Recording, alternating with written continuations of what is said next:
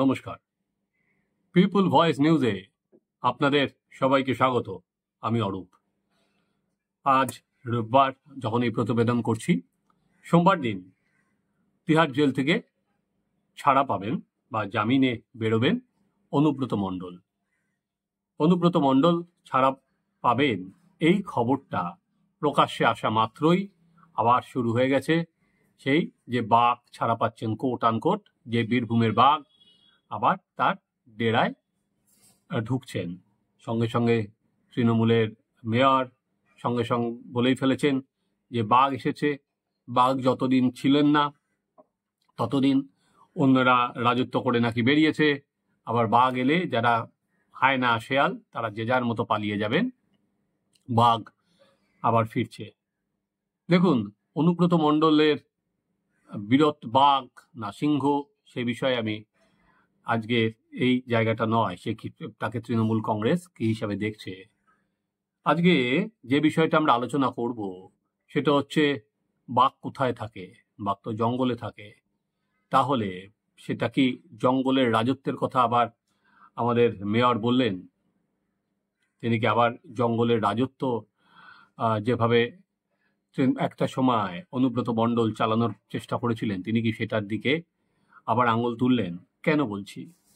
আজকে অভয়া কাণ্ড নিয়ে তোলপাড় বাংলা, না শুধু বাংলা কেন, আজকে অভয়ার কাণ্ড নিয়ে তোলপাড় ভারত। আজকে বিশ্বের নানা প্রান্তে কিন্তু র্যালি হচ্ছে, আজকে মানুষ পথে নেমেছে, মানুষ রাত জেগেছে, বিশেষ করে মহিলারা রাত দখল করেছে, এক অভূতপূর্ব আন্দোলন।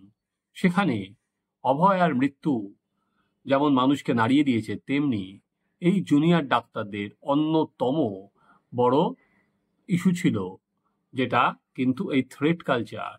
আজকে হসপিটাল থেকে হসপিটালে যে উত্তরবঙ্গ বাহিনী যেখান থেকে থ্রেট করেছে ডাক্তারদের, দিনের পর দিন চলেছে, সেটা কিন্তু অন্যতম কোর জায়গা ছিল।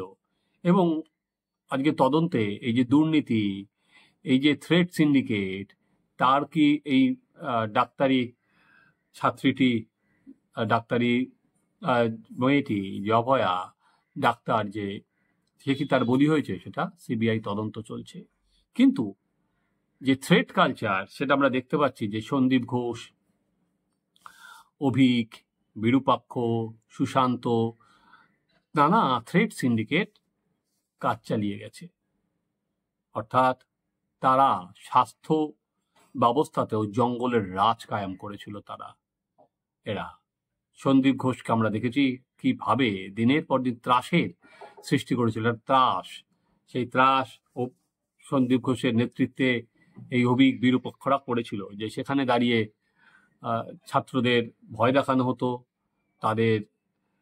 এদের সুরে সুর মেলাতে হতো, তাদের যদি এদের সুরে সুর না মেলাতো তাদের পরীক্ষায় ফেল করিয়ে দেওয়া হতো, টাকার বিনিময়ে প্রশ্নপত্র দিয়ে দেওয়া হতো, আরো অনেক অনেক অনেক কিছু। তো এই থ্রেট সিন্ডিকেটের বিরুদ্ধে আজকে পশ্চিমবঙ্গ গর্জে উঠেছে এবং বিভিন্ন জায়গায় আমরা দেখতে পাচ্ছি যারা এই থ্রেট সিন্ডিকেটের সঙ্গে যুক্ত তাদের সাসপেন্ড করা হচ্ছে। আমরা যখন এই প্রতিবেদন করছি তখন মেডিকেল কলেজ হাসপাতালে একটি মেয়ে, আর এক অভয়া, সে কিন্তু আবার মুখ খুলেছে যে তার ওপর সেই অত্যাচার হয়েছে এবং সেখানে তৃণমূল এর ছাত্র পরিষদের নেতারা দিকে সে অভিযোগ তুলেছে এবং সে একটা সময় এফআইআরও করেছিল। এক সময় আমরা আজকে যখন এই প্রতিবেদন করছি তখন যে 3 জন ডাক্তার সেখানে দাঁড়িয়ে কেন 9 তারিখ তারা হাজিরা দিয়েছিল আরজি করে, সেই 3 জন ডাক্তারকে আজকে একটা সভা থেকে, আইএম এর সভা থেকে তাদের গো ব্যাক ধ্বনি দিয়ে বার করে দেওয়া হয়। এই কথাগুলো আমি বললাম একটা কারণেই, কারণ এই যে থ্রেট সিন্ডিকেট বা থ্রেট কালচার সেটা শুধুমাত্র কিন্তু স্বাস্থ্যক্ষেত্রেই আজকে সীমাবদ্ধ নেই, তারা প্রতিটা সেক্টরে এই থ্রেট সিন্ডিকেটটা বড় হয়ে উঠছে। এবং এই থ্রেট সিন্ডিকেট অন্যতম যিনি একে বলা যেতে পারে জল দিয়েছেন, বাড়িয়েছেন বা নিজেই সামনে থেকে করেছেন, সেই মুখটার নাম কিন্তু অনুব্রত মণ্ডল।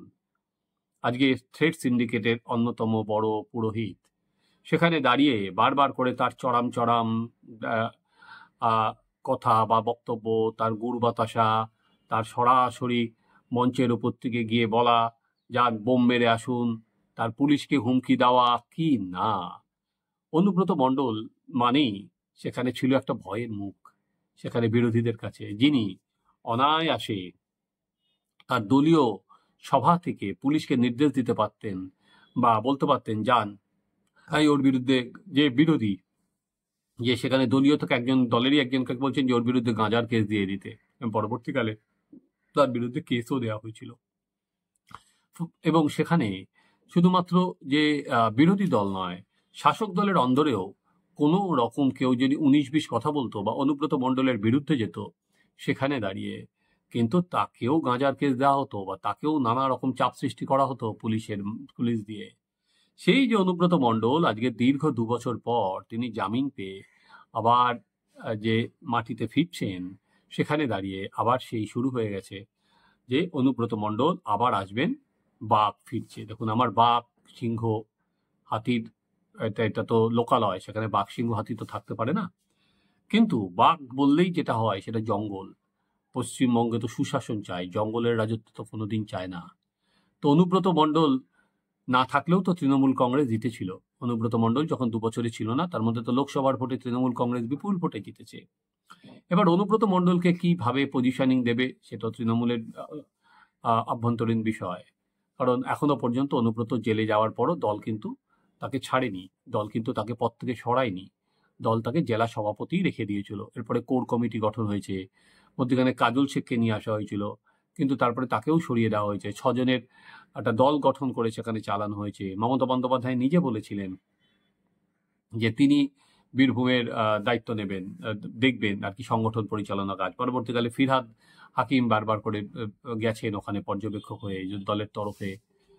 তো তৃণমূল কংগ্রেস এবার দেখার অনুব্রতকে কিভাবে কাজে লাগায়। যদিও অনুব্রত যখন আদালতে বারবার করে জামিনের পক্ষে বলতেন, জামিন চাইতেন তার আইনজীবীরা, তখন কিন্তু অন্যতম বড় একটা অ্যালিবাই ছিল হচ্ছে তার শরীর খুব খারাপ, তিনি প্রায় তার শারীরিক নানা রকম প্রতিবন্ধকতা আছে, সেটাই আদালতের সঙ্গে সবসময় পেশ করা হতো। সেটা আবার দেখার অনুব্রত সোমবার ঠিক তিহার জেলের বাইরে বেরিয়ে এবং বাংলায় ঢোকার পর কোন রূপ নেন। কিন্তু যে থ্রেড সিন্ডিকেট, সেটা তৃণমূলকে সবার আগে ঠিক করতে হবে।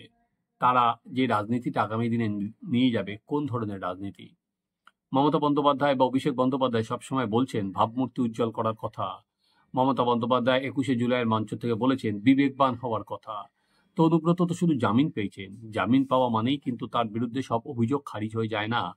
এখনো তার বিরুদ্ধে চার্জশিট জমা পড়েনি, তাই জন্য বিচারপতি বলেছেন যে যেহেতু তার বিরুদ্ধে এখন চার্জশিটই জমা পড়েনি, ফলে এটা অনেক দীর্ঘদিনের প্রক্রিয়া, তাহলে অতদিন উনি জেলে বসে থাকবেন কেন, তাই জন্য কিন্তু ওনাকে জামিন দেওয়া হয়েছে। তার মানে এই নয় যে তিনি তার কোনো অভিযোগ থেকে মুক্তি পেয়ে যাচ্ছেন। তো এবার তৃণমূল কংগ্রেস আজকে সব থেকে বড়, তৃণমূল কংগ্রেসের বিরুদ্ধে এই আরজিকর যে জায়গাটা খুলে দিল, একটা হচ্ছে নিঃসন্দেহে অভয়ের খুন এবং সেই খুনে তথ্য প্রমাণ লোপাট। এবং তারপর আমরা যেটা দেখছি যে যেভাবে স্বাস্থ্য ভবন বা স্বাস্থ্যক্ষেত্রে যেভাবে এই অন্যায়, এই বিশৃঙ্খলা, এই দুষ্কৃতীতে, এরাও তো এক দুষ্কৃতী, যারা যেই মাফিয়া ডাক্তার যারা যারা এটা কাজ চালিয়েছে তারাও তো এক মাফিয়া। সেখানে দাঁড়িয়ে তাদের রাজ যেরকম ভাবে, তার বিরুদ্ধে কিন্তু আজকে জেলায় জেলায় মানুষ গর্জে উঠছে। সেই সিন্ডিকেট আজকে কি অনুব্রত মণ্ডলকে সামনে রাখলে আবার কায়েম হবে না? অনুব্রত মণ্ডলের আবার সে যদি আবার ফিরে এসে যদি আবার সেই ডায়লগবাজি উনি শুরু করেন, সেক্ষেত্রে কি আবার সেটা জনমানুষের কাছে আসবে না? আজকে যার বিরুদ্ধে মানুষ রুখে দাঁড়িয়েছেন, মানুষ যে রাজনীতি শেষ করতে চাইছেন, সেই রাজনীতি কি অনুব্রত মণ্ডলকে সামনে রাখলে আরও কয়েক গুণ বেগে সেটা সামনে চলে আসবে না? সেটা কিন্তু শাসক দলকে ভেবে দেখতে হবে।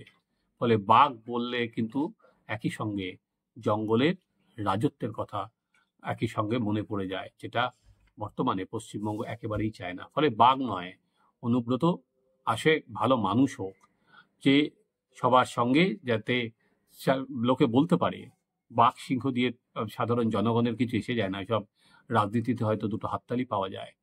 দেখার আগামী দিন অনুব্রত মণ্ডল কি দল তাকে কি ভূমিকা দেয় সেটা দলের ব্যাপার, কিন্তু আমাদের নজরে থাকবে যে এই যে থ্রেড কালচার, এই যে থ্রেড সিন্ডিকেট, যার অন্যতম আর কি বলা যেতে পারে মুখ ছিলেন অনুব্রত, এবং ওই আর কি বলে ভোট লুট হোক বা যে কোনো কারণেই হোক, তাকে বাড়িতে ভোটের সময় নজরবন্দি করে রাখা হতো। কারণ কি? একটাই কারণে।